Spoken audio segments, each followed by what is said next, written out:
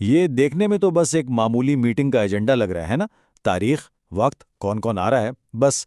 लेकिन क्या हो अगर मैं ये कहूं कि इसी दस्तावेज में एक पूरे एजुकेशन सिस्टम को बिल्कुल जड़ से बेहतर बनाने का राज छुपा है। चलें, इंडिया की रियासत तेलंगाना में असातिज़ा के एक स्ट्रेटजी डे के अंदर झांक कर देखते हैं और समझते हैं कि असल तब्दीली की बुनियाद रखी कैसे जाती है। अक्सर एक बहुत बड़ा सवाल उठता है और पॉलिसी बनाने वाले हमेशा इस पर सोचते हैं कि इतना बड़ा एजुकेशन सिस्टम जहां हजारों स्कूल्स और लाखों स्टूडेंट्स हों, उसे ठीक कैसे किया जाए। मतलब ग्राउंड लेवल पर एक एक क्लासरूम में बेहतरी कैसे लाई जाए। ये इतनी बड़ी तब्दीली आखिर शुरू कहां से होती है? इसका जवाब शुरू होता है एक प्लान से। एक बहुत सादा लेकिन ताकतवर प्लान।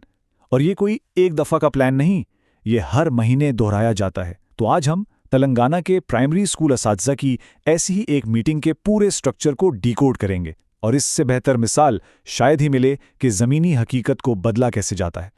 तो इस पूरे दिन को समझने के लिए हम इसे कुछ हिस्सों में तोड़कर देखेंगे। पहले, आखिर ये टीचर स्ट्रैटेजी मीटिंग है क्या? फिर सुबह के टाइम डेटा को कैसे देखा जाता है? दोपहर में असातिज़ा की स्किल्स को बेहतर करने के लिए क्या होता है? सुपहर में एक्शन प्लान कैसे बनता है? और आखिर में ये पूरा इम्प्रूवमेंट का साइकिल मुकम्मल कैसे होता है? चलें शुरू करते हैं। ओके, तो सबसे पहले सेक्शन पर आते हैं। आखिर ये टीचर स्ट्रैटेजी मीटिंग है क्या? इसकी बुनियाद क्या है? इसको नाम दिया गया है स्कूल कॉम्प्लेक्स मीटिंग का, मगर ये नाम थोड़ा टेक्निकल है। असल में ये सिर्फ एक मीटिंग नहीं, बल्कि एक लोकल लेवल का, आप कह लें, थिंक टैंक है। यहाँ होता क्या है कि आसपास के कई प्राइमरी स्कूलों के असातिज़ा और हेडमास्टर्स एक जगह जमा होते हैं। मकसद, एक दूसरे के तजर्बात से सीखना, जो मुश्किलात आ रही हैं उन पर खुलकर बात करना और फिर मिलकर आगे का रास्ता निकालना। तो दस्तावेज के मुताबिक ये 2 दिन का इवेंट है। सुबह 9 बजे शुरू होता है और शाम 4:15 बजे तक चलता है। और इसमें शामिल होते हैं क्लास 1 से 5 तक के सारे प्राइमरी टीचर्स। इस पूरी मीटिंग को लीड करते हैं स्कूल कॉम्प्लेक्स के हेडमास्टर और कुछ दूसरे माहिरीन, जिनकी जिम्मेदारी ये होती है कि हर सेशन से कुछ ना कुछ अहम नतीजा निकले।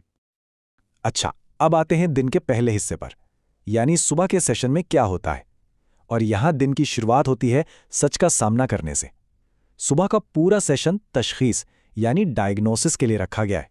मतलब यहाँ अंदाजों या मुझे लगता है पर बात नहीं होती, सिर्फ और सिर्फ ठोस डेटा पर होती है। और ये प्रोसेस बहुत ही सिस्टमैटिक है।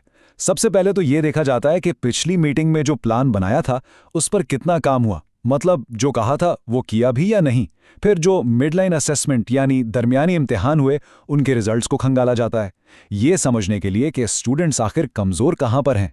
उसके बाद क्लासरूम में जो टीचर्स को ऑब्जर्व किया गया, उन ऑब्जर्वेशंस पर डिस्कशन होती है कि पढ़ाने के तरीके काम कर भी रहे हैं या नहीं।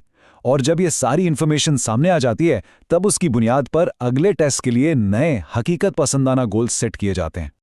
तो अब तक मसला तो आसानी से समझ में आ गया है ना? लेकिन सिर्फ मर्ज का पता लगाना काफ़ी नहीं होता, इलाज के लिए सही टूल्स भी चाहिए। दोपहर का सेशन बिल्कुल इसी चीज़ के लिए है। इसे हम स्ट्रेटजी फेज कह सकते हैं, जहां असातिज़ा को नए तरीकों और वसाइल से लेस किया जाता है। और इस स्टेज पर एक बहुत अहम रोल है SCERT का, यानी state council of educational research and training. ये एक सरकारी अदारा है जो रिसर्च करके पढ़ाने का नया मटेरियल और गाइडेंस तैयार करता है। आप इसे असातिज़ा के लिए एक किस्म का R&D डिपार्टमेंट समझ सकते हैं। यहाँ एक बहुत ही दिलचस्प चीज़ होती है। असातिज़ा को 2 तरह के टूल्स दिए जाते हैं। एक तरफ हैं SCERT के आइटम बैंक्स। ये सवालों और मटेरियल का एक पूरा खजाना है। इसे इस्तेमाल करके असातिज़ा मसाइल आने से पहले ही बेहतर लेसन्स प्लान कर सकते हैं। और दूसरी तरफ हैं रेमीडिएशन स्ट्रैटेजीज।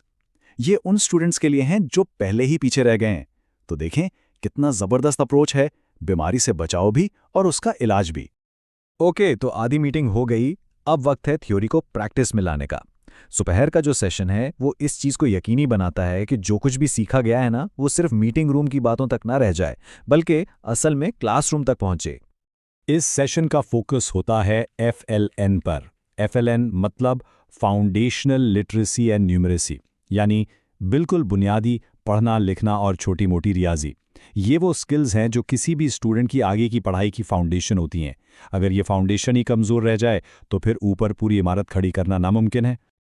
तो इस हिस्से में असातिज़ा असल में काम करते हैं, हैंड्स ऑन। वो कमज़ोर स्टूडेंट्स के लिए इनफिरादी एक्शन प्लान्स बनाते हैं। वो माहिरीन को लाइव डेमो देते हुए देखते हैं कि पढ़ाने के बेहतरीन तरीके क्या हैं। उन्हें यह भी सिखाया जाता है कि एक ही क्लासरूम में अलग अलग ग्रेड्स के बच्चों को एक साथ कैसे पढ़ाना है, जो अक्सर देही इलाकों में एक बहुत बड़ा चैलेंज होता है। मतलब हर चीज़ बिल्कुल प्रैक्टिकल और ऐसी जो फौरन जाकर अप्लाई की जा सके। और अब आते हैं दिन के आखिरी और शायद सबसे ज़रूरी हिस्से पर। यहाँ इस बात को यकीनी बनाया जाता है कि ये जो इम्प्रूवमेंट का प्रोसेस है, ये वन टाइम इवेंट ना हो, बल्कि ये एक मुसलसल चलने वाला साइकिल बन जाए। ये टाइमलाइन इस पूरे साइकिल को बहुत अच्छी तरह समझाती है। देखें, पिछली मीटिंग में गोल सेट हुए, फिर असातिज़ा ने उन प्लान्स को क्लासरूम में अप्लाई किया। आज की मीटिंग में इसके नतीजों को एनालाइज किया गया और नई स्ट्रैटेजीज सीखी गईं। और अब असातिज़ा इन नए प्लान्स के साथ वापस क्लासरूम्स में जाएंगे और ये साइकिल चलता रहेगा। ये एक ना खत्म होने वाला, खुद को बेहतर बनाने वाला सिस्टम है। तो दिन खत्म होने से पहले 3 अहम काम किए जाते हैं। पहला, फेलिसिटेशन, यानी जिन असातिज़ा ने सबसे अच्छा काम किया उनकी तारीफ की जाती है, उन्हें सराहा जाता है ताकि दूसरों को भी मोटिवेशन मिले। दूसरा, टेकअवेज, सब मिलकर उन मेन पॉइंट्स पर मुत्तफिक होते हैं जिन पर अब फौरन काम शुरू करना है। और आखिर में डिजिटल फीडबैक, एक मोबाइल ऐप के जरिए सब अपना फीडबैक देते हैं ताकि अगली मीटिंग इससे भी बेहतर हो सके। तो ये सिर्फ असातिज़ा की एक मीटिंग का एजेंडा नहीं था, ये एक पूरा मॉडल है, मुसलसल, सिस्टमैटिक और डेटा पर मबनी बेहतरी का। अब जरा 1 मिनट के लिए सोचिए, अगर हर प्रोफेशन, सेहत हो, बिजनेस हो, कोई भी शोबा हो, महीने में सिर्फ एक दिन इस तरह की गहराई से खुद एहतिसाबी, मनसूबाबंदी और अमल दरामद के लिए निकाल लें, तो हम कितने बड़े बड़े मसाइल को हल कर सकते हैं।